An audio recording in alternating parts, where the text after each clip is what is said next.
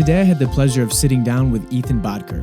Outside of being my business partner and one of my closest friends, Ethan became the number 6 salesman in EcoShield last summer. He also had the top producing team of any partner in EcoShield's 2020 class while becoming a father all at the same time. Ethan is as authentic as they come, and he practices what he preaches. I'm excited for you to hear this conversation. Well, hey, man, I'm super glad that you popped in. Yeah, pumped to be here, man. Yeah, a lot been going on the last several months of your life, and I wanted to sit down and talk a little bit about it, man. What have you been doing since the summer? Run out a house, so finally getting comfortable there.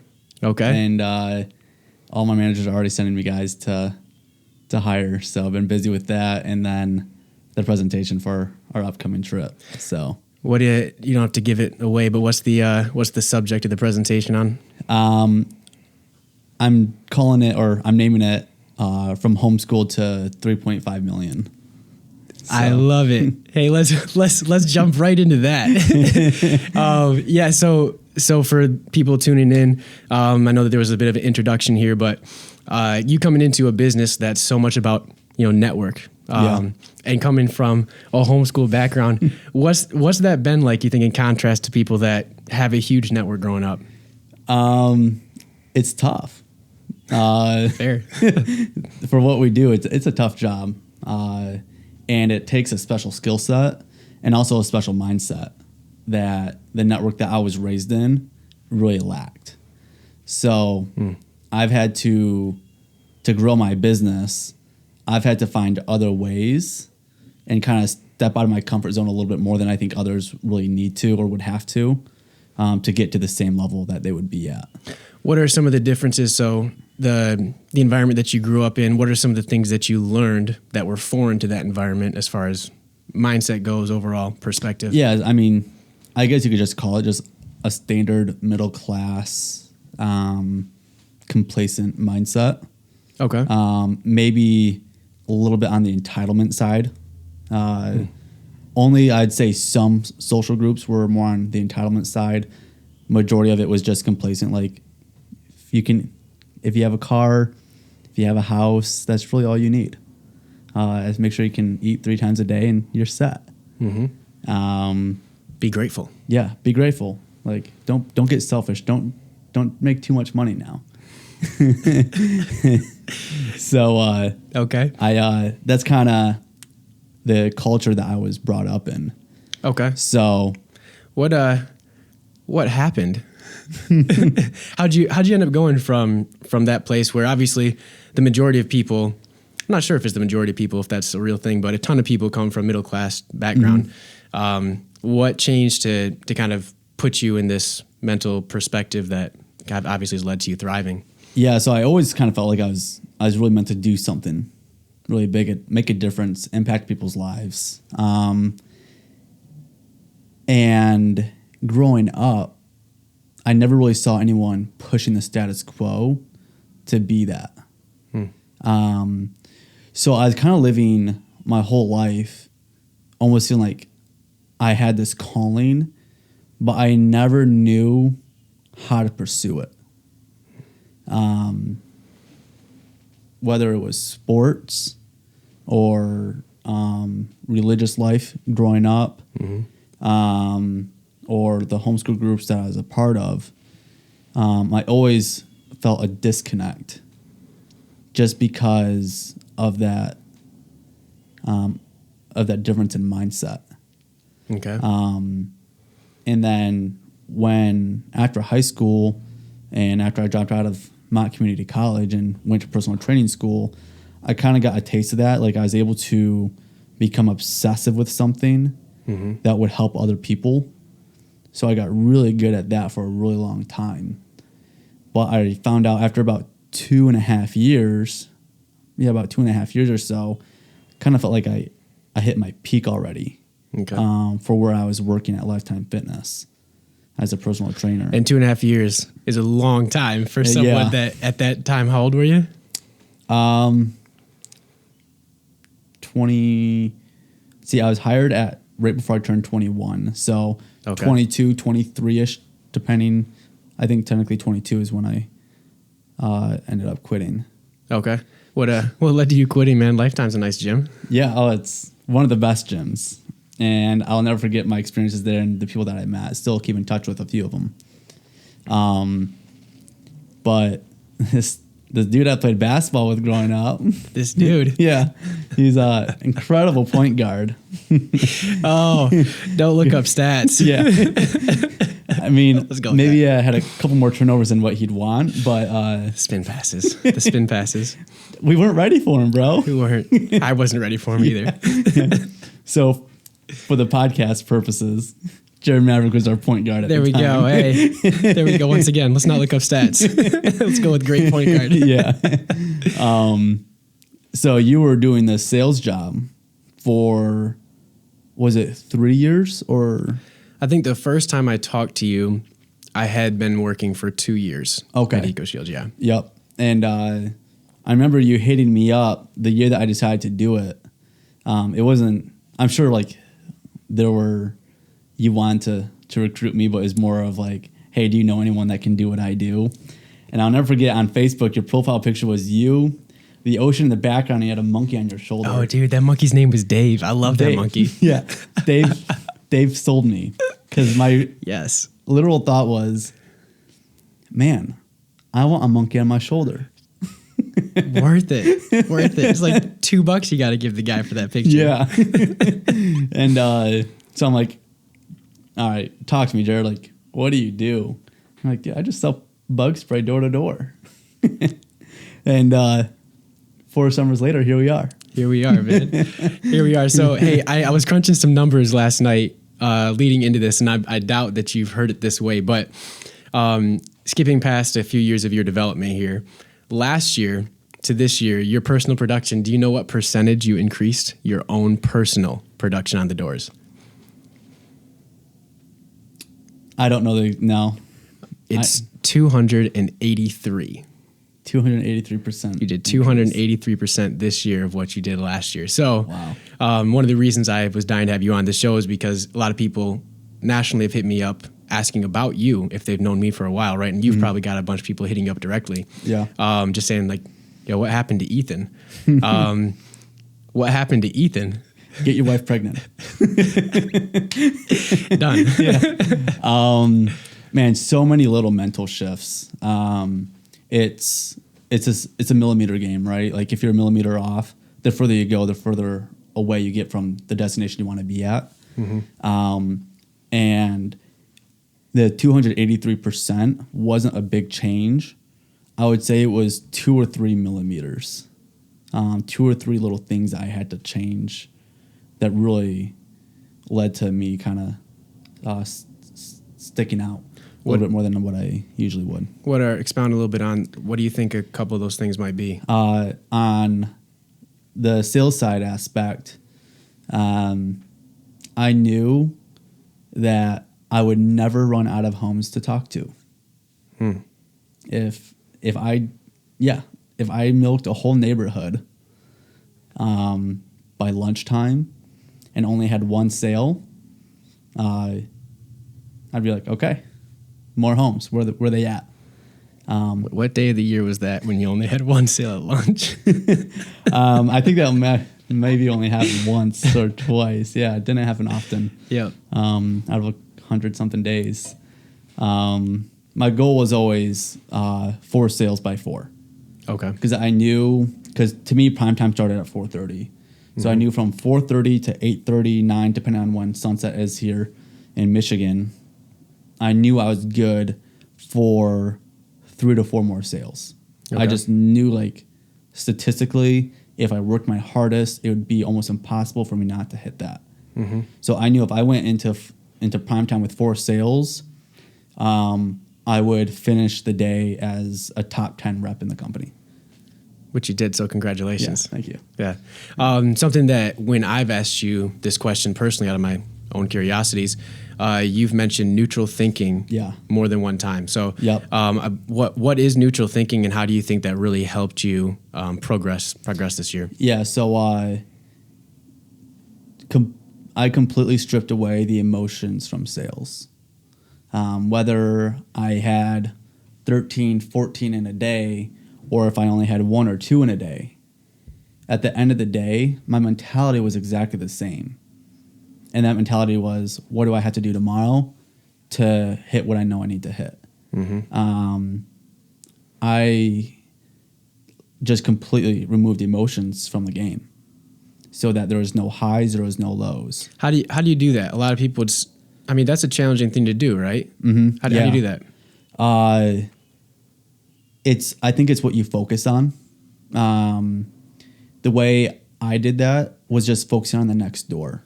Okay. My average sale time last year was probably around 20 minutes or so, 25 minutes. This year probably was only around 8 or 9 minutes.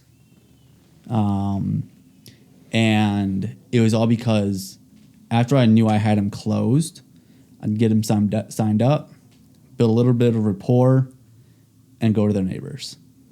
Okay. If usually, because I got pretty good at telling if someone was a sale or not pretty early on. Usually at the end of my intro, by how their body language and how they respond, I can pretty much tell you if it's a sale or not. Okay. And if it's not a sale, if they give me a hard no, I'll overcome it once. If they give me another hard no, I'm usually walking away before they can even shut the door. Okay. It's just, all right, I'm not going to waste my time, next door. So the whole day, whether it's a sale or not, my only focus was that next door as soon as I walked away. My attention was completely on the customer until it didn't need to be, and then it was on the next person. Okay. What do you think that allowed you to do as far as how many people you talked to this year per day in contrast to years prior? Yeah, so because of my mentality, my closing ratio skyrocketed because I was in the proper mental state to close the closable people. So per day, I actually talk to less people than I ever have. Making sales can do that, yeah. Yeah, so it takes time to make sales. So, repeat that question for me. So you answered it there. Okay. As far as you didn't talk to more people. I feel like your urgency, then you're the one that's leaving as they're closing the door. Yeah. That would allow you to talk to more buyers and close the buyers that you talk to, right? Yeah. And you got to keep it simple. Our job is strictly just to close the people that are yeses and the people that are maybes. If they're a no, don't let the next person close them. Let the next person waste their time. There's a guy on our team. He is so good at closing the hard no's. He is so good at it. But it also takes him 45 minutes to an hour to do it. I know what you're talking about. Yeah. Sells a lot of wealthy people. He does. He had the highest contract average in our office. Shout out Tanner. Yep. Love you, bro. But you waste a lot of time. He does close a ridiculous percentage. Yep. You just have to, anyway, won't get into that too much. Tanner, trust the text. Anyway. There we go. So per day, I'd probably talk to more people than Tanner did. Yeah. I would definitely say I did. Okay. I guess kind of find the happy medium there. Going into the year, were there any tactics that you changed dramatically that you either have learned from prior years, say I want to do this instead of this, or that you learned from a resource, a book, or mentor? Anything tactically that you changed? Honestly, nothing that I can think of specifically. I had so many people to train in the off season. Came out with a huge team. Yeah, I was going to get to that. Yeah, yeah. Congratulations. So I did double check this, and we're going to have on the podcast the other guy in the company who had a team that rivaled your team. Yeah. He had a partner with him that created that team. So I think that I'm able to say, and we'll fact check it if I'm wrong, but I believe that I'm not. You did have the highest producing team directly under you for people that qualified for partnership this year. Yes. So congratulations, right? Thank you. And what went into, once again, your presentation is going to have a lot to do with this. You going from, having a smaller network than average to you leading a large network of individuals. So what went into that this year to kind of blow up the way that it did? Yeah. So I was constantly training. So I'll kind of answer the previous question and I'll answer that question. I think training a lot of the rookies all the time. So literally from my first call was usually at 8:30 a.m. And then I'd probably be on consistent calls until about 5 p.m., take a couple hour break, and then be on the call for another 3-4 hours of just constantly training guys. Let's go. So in order to teach, you have to have it down. Mm-hmm. And one thing I always taught, and it's something I always struggled with in years past, is closing quicker. Mm-hmm. So I'd say tactically, that's the biggest thing that changed. I just got really good at closing quicker. Okay. That's the biggest difference from summer 3 to summer 4 on a skill set side of things. Okay. Yep. But to answer your second question, Yeah. kind of what led into the team blowing up the way that it did. I have an incredible management team. Mm-hmm. Whether they had specific guys on their team or not, Jake Trombley, love that dude. Yep. Training time with Trombley. That's right. He did that at least twice a week during the summertime. Mm-hmm. Huge help. I was able to get home because my wife was pregnant for the first 3 quarters of the summer, and then had a baby the second quarter of the summer. Hey, Amanda's a champ for. Yeah. Hey, our wives are champs during the summer, man. Yeah, they don't get enough credit. Yep. So Trombley took a huge load off of my shoulders doing those training times. Not just in the summer though, even before the summer. Mm-hmm. Steven, he came out with 3 guys, and all 3 of them finished. One of them was the second rookie in the nation. Tristan. Yeah. So Steven did an absolutely phenomenal job training his guys and keeping them accountable. Mm-hmm. And then Josh stepped up with his guys. Yep. So I had, and then even Brandon Rumble taking Sincere on like 3 weeks before the summer started. Yeah. Yep. Trained him up, got him ready for the summer as much as someone can get ready in 3 weeks for this difficult of a job. So I had the best supporting cast I think anyone could ask for. Yeah. But also I knew on the recruiting side of things, because even though they're incredible trainers, I knew I had to take the load on for getting the quantity up. Mm-hmm. So I did a lot of personal recruiting, which really built up the team. But the supporting managers, they deserve most of the credit. I just happened to be the guy that trained them, I guess. Yeah. I'd agree. Awesome supporting cast that you have there. So for recruiting, there are tons of people through all different industries, not even just guys that sell bug juice like we do, right? Yeah. That recruiting is a huge part of their job. And Yeah. I can say with some confidence, man, that you are an outlier as far as recruiting goes, and your numbers show that to be a reality. So what's part of your process that you think separates you from the guys that want to recruit and that really struggle? What separates you? So this is I'll kind of go into what the presentation will be out a little bit. This will air probably after that, so okay, you're probably good. Good. Rule of thumb is just always be recruiting. I'm not on my phone all day, every day, adding random dudes on social media to hit them up. Though I have let me jump in. Every single time I go to add somebody on Facebook to do this, like to go and reach out to somebody, I'm like, guy looks like he could sell some bug spray, right? Every time, one mutual friend, I already know what it's going to be now. I just click on it, Ethan. Dang it, man. Every time. Anyway, yeah. Back to you. So one, I don't care about, no shame. I'll add a random dude and I get hilarious responses. Actually, one of our new managers this year, his first response text message back after I hit him up was, "What? Question mark, question mark, question mark, laughing face, laughing face, laughing face." Who? Fred. And I'm just like, "You look competitive as hell, bro. I think you do well at what I do." He's like, "Well, Okay. what do you do?" There we go. Now he's 18-year-old, paid $30,000. Yeah, and over 33, 34, bro. Yeah. Yeah.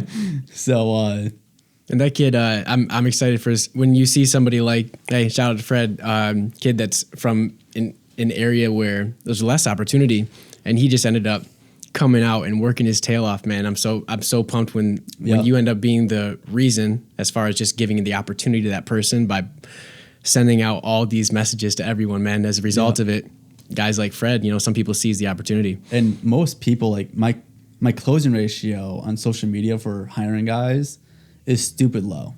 It's stupid. Maybe embarrassingly. What do you think? What do you got? 5%. 5%. So 20. So you hit up 20 guys, or 20 guys reply to you, and then you close one. If I hit up 20 guys, one of them will probably sign. That doesn't seem too bad for recruiting. I don't know. I feel like that's pretty bad, but maybe it's not, because I've gotten numbers from other guys in our system, and they're like, "Oh, dude, if I hit up 20 people, 10 of them are signing." Like JT, like his closing ratio seems to be way higher. But I'm like, hey, why don't you hit up more people, bro? I'll have to ask him in person. Yeah, I mean, maybe it wasn't like 50%, but it was. I know it was significantly higher than what I was. Okay. So, because he gave a presentation last off season, and he went over I remember stuff, that. and I'm just like, geez, I suck at this. I guess I just got to talk to more people. Okay, so let me jump. Okay, so from the recruiting side, you are diligent to bomb everybody, man. As far as, so people that knew you back in the day to who you are now, talk a little bit about the environment shift. Like what does environment mean to you? Because I feel like this is an important question for everybody, really. But how has environment helped you develop into who you are today? I would say it's one of the biggest reasons why I'm the person I am right now. I don't care who you are, you'll always be the product of the environment that you're in. Growing up, even though I knew I wanted to be different, I was still a product of who I was around. Every course of life, growing up in a crazy strict religious family, to sports in high school, homeschool sports. So, as competitive as that can get, to personal training, to now this chapter with EcoShield, you will always be the product of.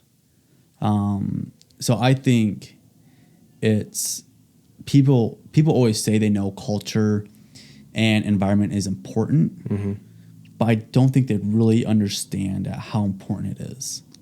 How do you go about shifting your environment? Say you're in a place where the circulating thoughts are similar to what a lot of people experience. They're mediocre. This is life is this way, and we don't do those things because that's not us. Like how did you go about being deliberate about creating a culture that would allow you to thrive?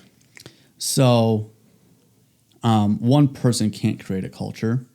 It takes a group of people that are on the same page. And I'm just so blessed to be around a group of people that share that. Now you can kind of dictate where culture goes, but ultimately it's not one person that decides it. I was talking to someone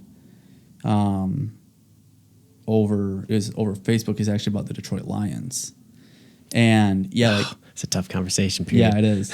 And they were saying how they know culture is important, but it's not the reason that we're a perennial losing team.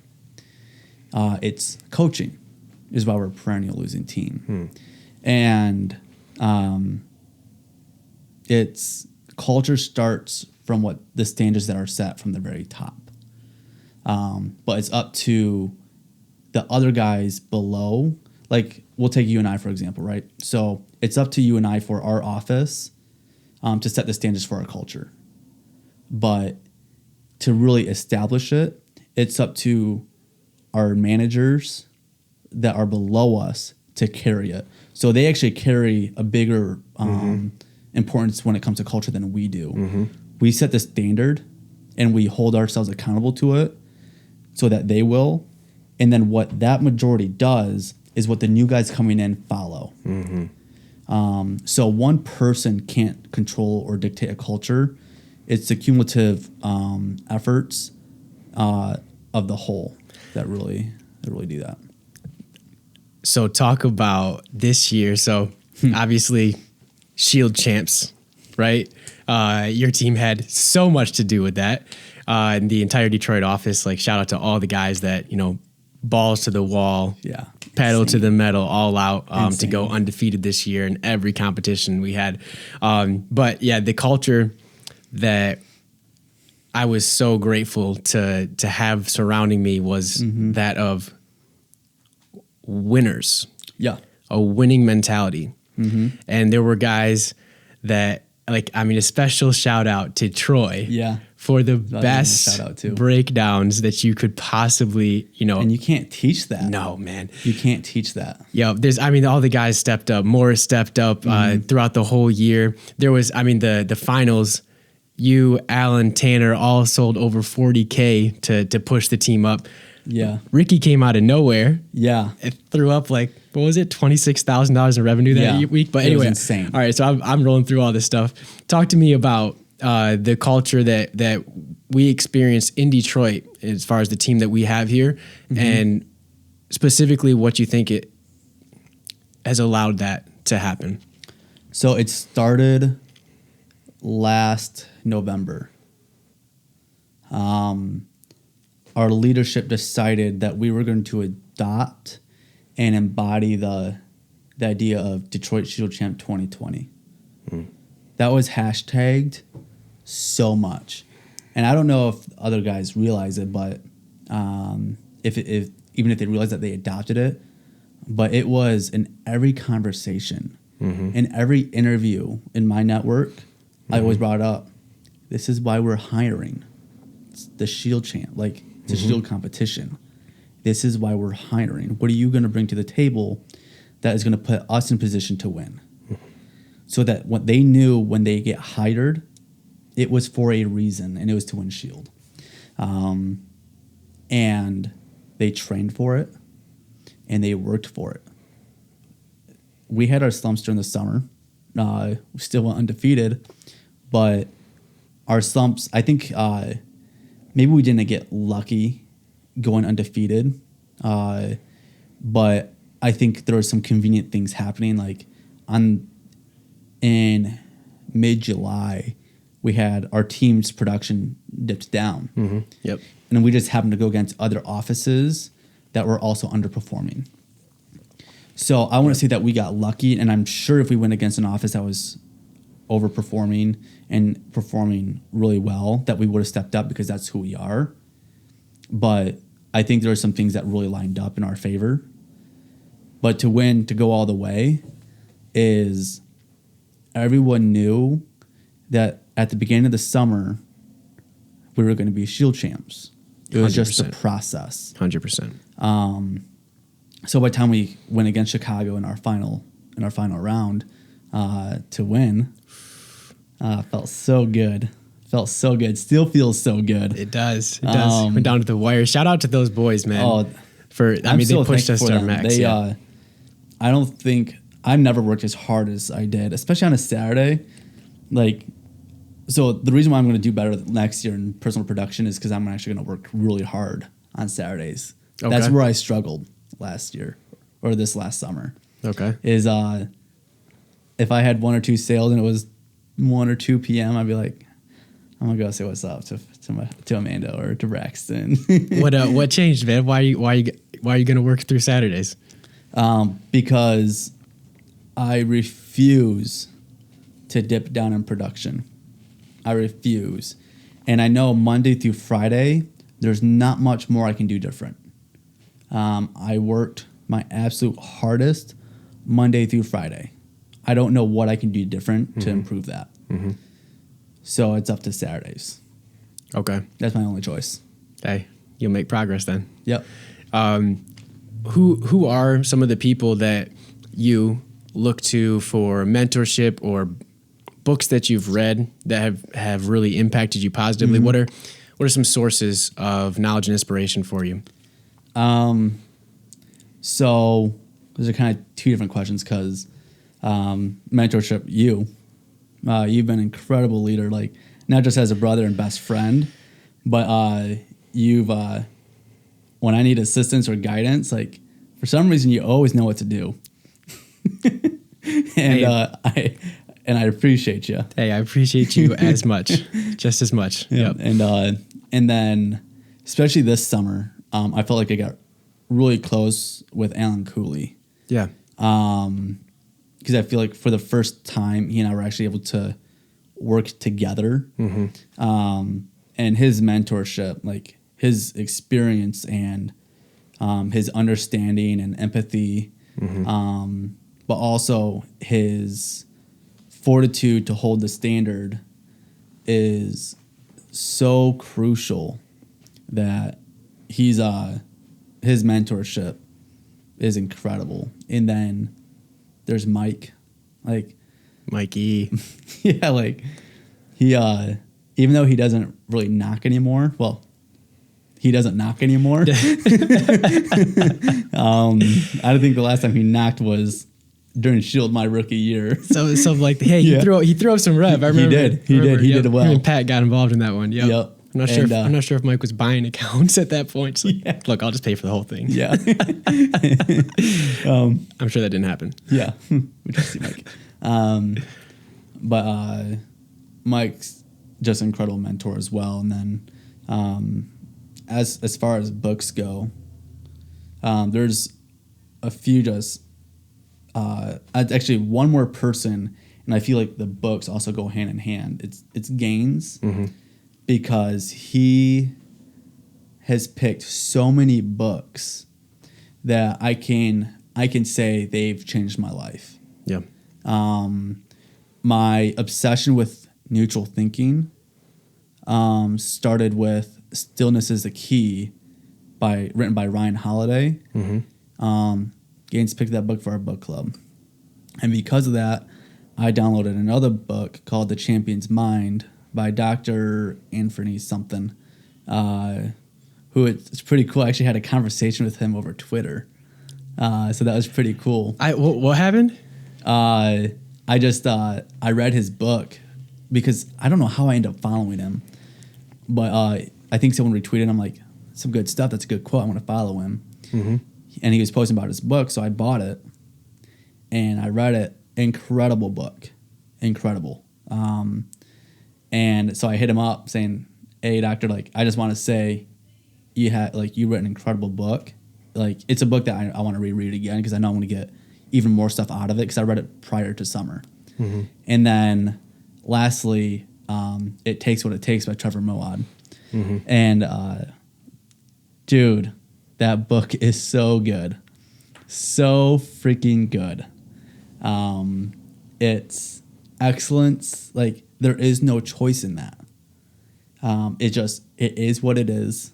So whether you're going to do it or not, like, that's it. It just is. So going into the summer, like if I were in a slump, like if I went a couple hours without a sale, mm-hmm. in my mind, it's like, it takes what it takes. It is what it is. Let's go. Let's go, man. Let's go. I watched it all year. It was incredible to see, like almost 300% improvement. Just yeah, that's phenomenal to see, and I understand that. We're surrounded by some really incredible people, mm-hmm. and just to jump in, one of the things I really appreciate about Alan is work ethic. I'd never seen it. I didn't know that was a thing. I didn't know. So I've been working with Alan now since 2014, and he took off, since I've been working with him, he has taken off I think it was most of a day. I still want to say that he made a sale that day. I'll have to fact check myself. When he had, one of his babies were born. I think it was Jack. Was it Jack or Hazel was born? Hazel, could have been Hazel. Okay. One of the two kids that he had, they were born, and he took most of that day off to be in the hospital. But I haven't seen him take a day off outside of that. Yeah. So that taught me work ethic. I was like, oh, that's what we do here. And for the last several years, I haven't taken a day off, and you haven't either. We don't do that. One time I had to send you home Remember? Yeah. 'Cause this was a couple years ago. You came in, you're like, you like looked like death. I was like, I was gonna go knock. you were. I was like, dude, go home. What are you doing? You couldn't breathe. It was anyway. So, but that's yeah, I'm really grateful as far as mentorship goes to be able to work with such high caliber people. And you know, I could go on about the other individuals, but that's something that's we do that here, and that is like a foreign concept. You know, Yeah. I don't know. I guess, you know, we take Dayquil and go work. You know, as long as it's not COVID, then we're just out the doors. Yeah. Want to take this time to give a shout out to the wife, because I get sinus infections. Like whenever the weather changes, I start getting sinus infections. So she's almost like right on top of it. When weather starts changing, she's like, Ethan, take your allergy pills. All right, I will. It's a game changer. Yep. And Amanda is a huge, like, this is what, like, she was bought into us winning Shield. Braxton was supposed to be born during, like, he was planned to be born during Shield, like, championship Shield round. Come on, Braxton. I know. Terrible timing. So we talked to the doctors, and they said, yep, like, he's healthy. He's at the right birthing weight. If you want an early induction, it'll almost be like a normal pregnancy because he's ready. So we literally got an early induction so that I didn't have to miss playoffs. For the Shield. For the Shield. Braxton for the Shield. Yep. That's amazing. So, and that early induction, like, it's tough. Mm-hmm. Like, they had to do some things to the female body that it's painful. Yeah. I imagine. So she, because even though Braxton was at the right birth weight, and he was ready, her body wasn't as of yet. So they had to kind of do some prep stuff that wasn't comfortable stuff. So shout out Amanda. Shout out to Amanda. We needed Ethan. I love you, babe. Making it possible for me to be there for Shield. That's awesome. I knew parts of that, didn't know the whole thing. That's epic. All right. So what's it been like so far being a dad? I feel like you were born for this position, man. Talk a little bit about it. It is so much fun. It's people like always talk about, like, it's a different kind of love when you have a kid, and no one can explain it. But once you have a kid, it's like, I get it now. And just even like in the middle of the night, like, he's starting to sleep better through the night. Thankfully, it's about time. Hey, 6 weeks later, it's a process. It's still pretty young, but like the first month, he was waking up like 3 or 4 times a night. So like during the summer, Amanda took all the shifts so that I could get my sleep, so I could knock properly the next day. Mm-hmm. As soon as summer ended, though, I started, obviously, like, I stepped up, started taking more shifts. Mm-hmm. And when your baby wakes up screaming at 2 a.m., the last thing you want to do is get up. But, you know, you're like, that's what you're supposed to do. Like, you're a father. Yep. That's what you do. So you get up, and as soon as he's done eating and he's milk drunk and he just has the most precious smile, you just stare at him and you're just like, I'd do it 1,000,000 times. It is just the best thing. And I can tell we're about to get into the really fun part of having a baby. Like, he's starting to become more aware. Like, he's starting to smile, like, when you actually do something now, like, instead of just smiling randomly. It's so much fun. The journey's incredible. Hey, I love it, man. I feel the same way. Yeah. Love it. I got to jump to something real quick here. So you are a far more disciplined than average individual. And I know our culture is, by and large, far more disciplined, but you're a large part of that. And the reason that it's that way, where do you think you got that from to begin with? My dad. 100% my dad. How so? My dad is one of the most disciplined people, even today, with our incredible network, that I know. If he had the aptitude to do sales, which I think he does, I don't think he just wants to, and he doesn't think he does. But if he were into sales, he would have made millions just because of his discipline. I love bragging about my dad because he is an incredible father. Give me one story. What's one story about, Papa Bodtker? What's something that growing up you saw or that he told you that led to you being, the kind of disciplined individual you are? It's I can't really think of a specific story. I'm sure like after conversation, like one would pop into my head, but right off the top, like I can't think of a specific story. But growing up, like just seeing him get up at 5 a.m. to go to work, drive an hour to work, spend 9 hours at work, drive an hour back, and the house stuff needs to get done around the home. So he gets house stuff done, and he just never complained about it. Mm. He just did it. I have never seen my dad complain. I just never have. Like, I don't think he even knows how to complain. It's beast DNA right there. Yep.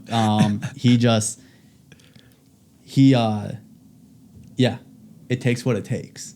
And what needs to be done, he'll just do it. Mm-hmm. And that's why, like, he's literally in the Hall of Fame of engineers. I heard so. Yeah, like he has so many freaking patents, like that he's like stuff about cars that no one has ever thought about. That somehow he thought about it and created it. I believe it. He is an incredible inventor, and just so freaking smart, and he's just an incredible person and so disciplined. Dude, massive shout out. This has to be. Hey, I hope he watches this. That's one of the most incredible compliments I've ever heard someone talk about their father. So shout out to Mr. Bodtker. That's incredible. Well, Mr. Bodtker Senior now, right? Yeah. All right. So you are crazy intense during the summer. You're intense when you are doing your recruiting. While you're doing recruiting, what does Ethan do for fun? I work out and I play basketball. And are you any good at ball? I used to be. I still think I'm really good at it, but sometimes when I shoot, I'm just like, in my head it went differently. Yeah, we'll play tonight. We'll play tonight a little bit later on. We'll see if we still have it at all. Yeah. I'll still try a couple spin passes, see how it goes. Yep. It's I think I get this from my dad. My hobby is working. Like people say, well, what do you do for fun? I mean, outside of like vacationing, like so blessed with this job, able in the 8 months that we have off, probably go on anywhere from 12 to 15 vacations with EcoShield and just personal stuff. Mm-hmm. So I love traveling with Amanda. It's so much fun. Now I love spending time with Braxton. It's so much fun. But I don't feel like I need a break from work. Yep. Like, I just love what I do. At the end of the summer, I'm by the time the end of summer comes, I'm just like, I'm ready to not knock until next summer. I got that text from you. I was hoping to get like 2 more weeks, and you sent me that text. Ethan's done. All right, guys. Yeah. I guess you don't have to knock anymore. Yeah. Ethan's done. I gave it my all summer. I'm like, bro, I'm done. Used what was in the tank. So nice little relaxation for a little bit. Yep. And then I heard you got a new toy. Have you been liking it? It's fun. I got a Tesla Model S P100D. Thing's slow, right? What's the 0 to 60 on that? Just a modest 2.3 seconds. It's so much fun. And autopilot. Bro, I used the autopilot because I drove to Troy to meet up with the people that I'm getting my car wrapped with. Mm-hmm. And on the highway, you're on the highway for like 35 miles. Mm-hmm. It's just 75, just straight south. So I put on autopilot. I'm texting people back.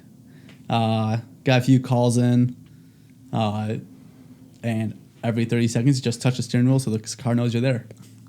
Love it. It's so Shout amazing. out to Elon. There we go. Elon Musk. Shout out, brother. Like you got it right on that one. Oh man. Yep. That's you can be so much more productive and you don't have to worry about dying. 'Cause Yeah. I know a lot of people text anyway. Yep. So as far as last thing I'll kind of jump into that I want to know about. So a lot of people probably don't know this about you. You had a late growth spurt. Yeah. Really late growth spurt, man. I remember. I was a late bloomer. Hey, same for me. You, myself, and then a good buddy of ours, Isaac, was we were all the same height. Mm-hmm. And then you shot up. And I feel like you've always had this So when you say shot up, like, okay, I'm still only 5'7". 5'7". Hey, that's still a correct state. That's still an accurate statement. Yeah. That's still an accurate statement. You shot up. I feel like you've always had this slight. I mean, I remember when we were the exact same height, and I got you by 2 inches maybe. Yeah. So we're close there, but I feel like you've always had a chip on your shoulder. Like in basketball, when I'd watch you play, you shot a lot, and you should have on that team. Once again, homeschool basketball team. Like, it makes sense that you shot a lot. But did you ever actually carry a chip on your shoulder, being like this smallest guy in the basketball court? You would take take a lot of shots.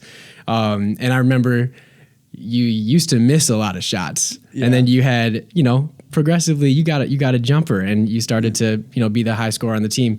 What was that? What was that like, man? I just want to dive in there. What was that like? So I remember, because I didn't make varsity until my junior year. I remember my sophomore year, skill set wise, I knew I should have been on that team. But I was told by the head coach of the varsity team, the reason I didn't pick you is because physically you're not there. So I'm like, so you literally picked someone that's worse at basketball than I am. Like, if we played one-on-one, I would beat them 10-0. You literally picked them just because they had bigger shoulders than I did. And I was so mad. I'm not mad at the player, because that player is one of my closest friends, one of my best friends, Blake. Oh, but man. I was so mad that he made varsity and I didn't. In his defense, his shoulders were huge. So I mean, he was, and he was stupid athletic. Yep. So I could jump out of the gym. Yeah, and his defense, he was an incredible defensive player. Yep. But the dude couldn't make a layup. At the time. Yep. Yeah. At the time. Yep. But he didn't really need to in the position he was played. Yep. No. So when the head coach told me that, I'm just like, that's dumb. So I was on JV, and I think I probably averaged like 20 points a game, which for homeschool basketball, when you only the team that wins usually probably only scores between 40 and 50. It's not that bad. If they get there. Yeah. And I remember one game I actually outscored the other team. I was so mad that whole season. I'm just like, that's dumb. And made it to varsity next year. And then senior year, so we know how that ended. Hey, man. I don't know if we could dive into that, but well, I mean, hey, I don't know if we want to push the homeschool sports too much on the listeners, because we kind of got to discredit ourselves as we say it. Yeah. We had some fun times. We won some games that were battles, and the level of competition was moderate. Yeah. To put it, that's pushing it. It was very moderate. That's pushing it. We did beat Summit. We don't have to go into that at all. No. We might even just take this part out, but we did beat Summit. Maybe I'll leave that. Okay. But as for having a chip on my shoulder, I wouldn't say it's really gotten to me a ton, except for like that one time when I was mad that I didn't make a team just because I was smaller. Mm-hmm. But beyond that,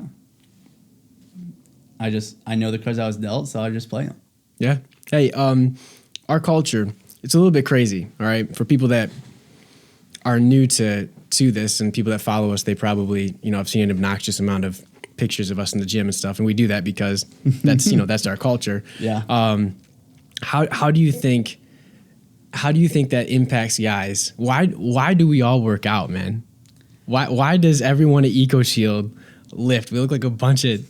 It's amazing. We look like a bunch of douchebags. It's great. And very small legs on average, excluding Trombley. Yes.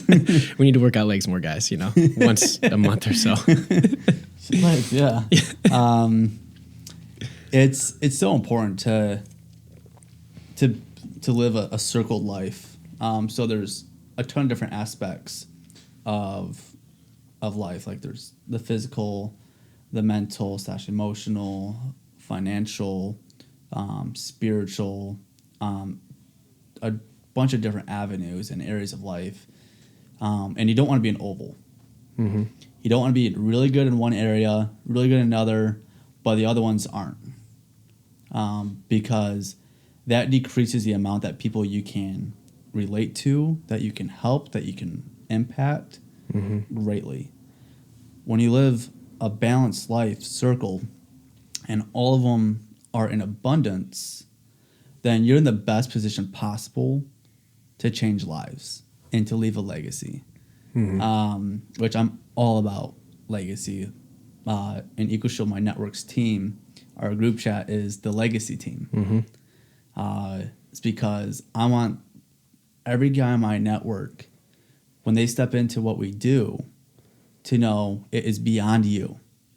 It's beyond your kids. It's a generational thing, and it starts with you, because often the most people that we're with, or most of the people that we work with, they're the first person in their family that's trying to do something beyond. So I am huge on leaving a legacy. And the only way to do that is to be balanced. You have to be physically fit. One, you got to stay healthy to do stuff. And two, it pushes your mental state, and it increases your mental fortitude and your mental strength so much. When you don't give in to being uncomfortable or being comfortable while working out, it translates into other areas. So I think that's the biggest reason why we work out. Plus, I mean, looking good, feeling good. You ought to be in Hollywood. Let's go.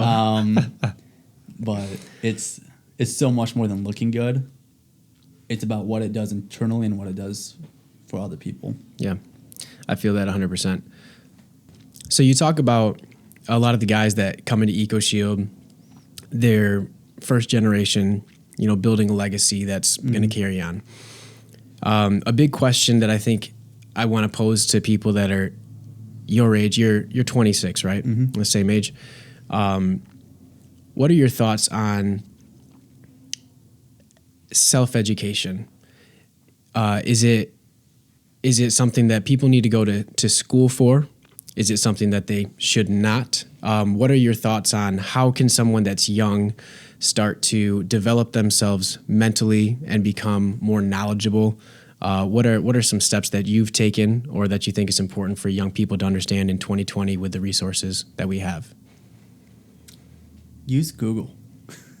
Research stuff. If you're not learning, you're wasting your time. I am obsessed with Audible. I try to listen to a book a week. During the summer, that doesn't happen. No time. Yeah. But as soon as the off season hits, I'm back to listening to a book a week. In terms of like higher education, like school, I think if you're going for a specific like occupation, like a doctor, a lawyer, a nurse, anything like that, like you need the higher education. I think going to school, or a teacher even, but I think going to school with no direction, I think you'll probably only find yourself more lost, because you're going to be fed what these professors think. Like I talked to people that are going to business school, and they said, well, my business teacher said this. Well, what business does your teacher own? Mm-hmm. Well, they don't own one. They just teach it. Well, then how do they know?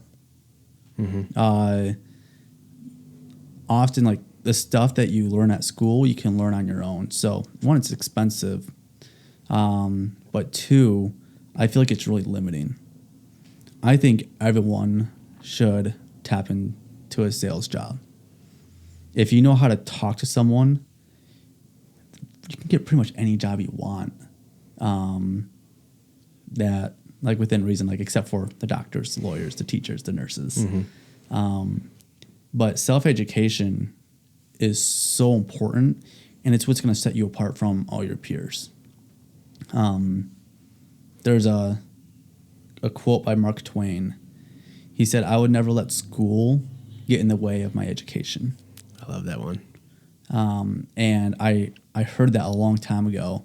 I'm just like, yeah, I don't need school. So I'm going to drop out. So I dropped out of college. Hey, well, did you know what you were going to go for when you dropped out of college, or were you just there to be there? So I wanted to go for sports medicine. Okay. I was just doing my general eds at Mott. Mm-hmm. And I realized really quickly, I'm not good at school, really.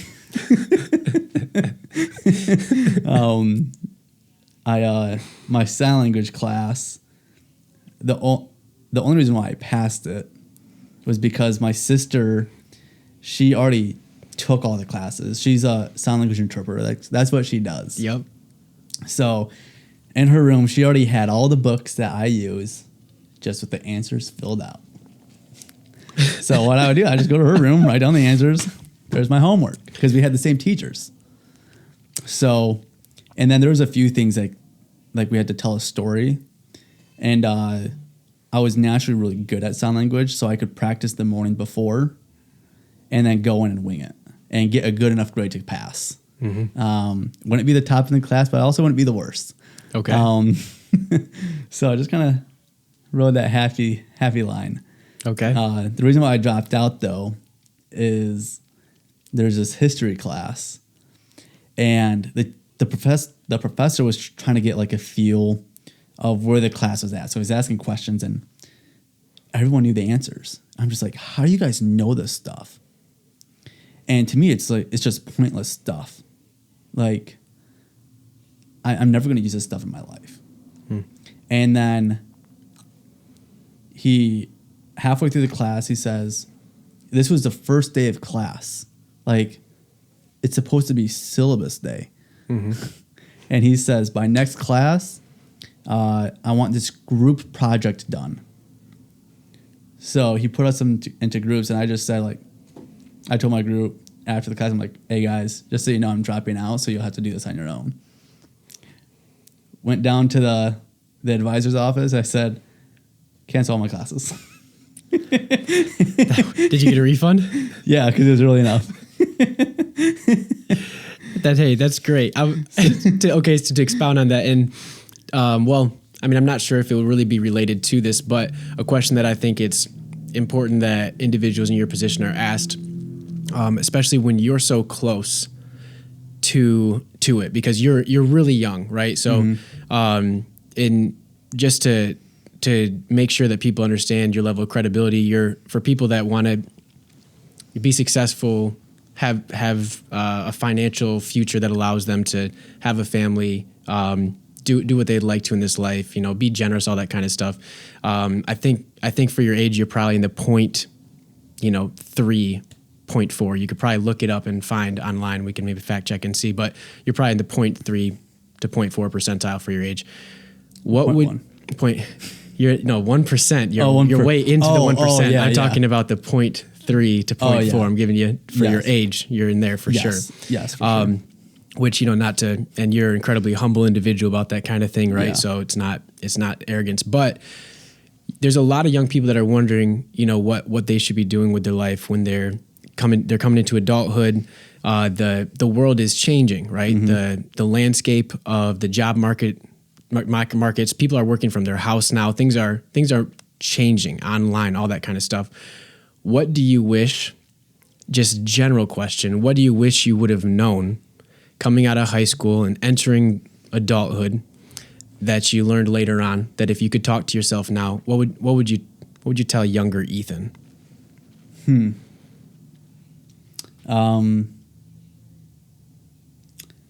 Study for yourself. And it's going to sound crazy, but move out. Why? I think there's so much comfort living at your parents' house that can really hinder growth. Now, this isn't targeted at the people that are going to school full time, that are working, and they're living at their parents' house until they get out of school. Sure. I'm talking about as soon as you have even close to an adult job or you're financially stable, move out. Push yourself to grow. But also try new things. Find something that you're really passionate about and go for it. Steve Harvey talks about all the time. He says if you're really passionate about mowing lawns, be the best at cutting grass. Just be the best at it. If you're really good at art, be the best at it. Just go crazy. If you are really good at acting, be the best at it. I think it's so important. I guess I kind of tailored my words to the question.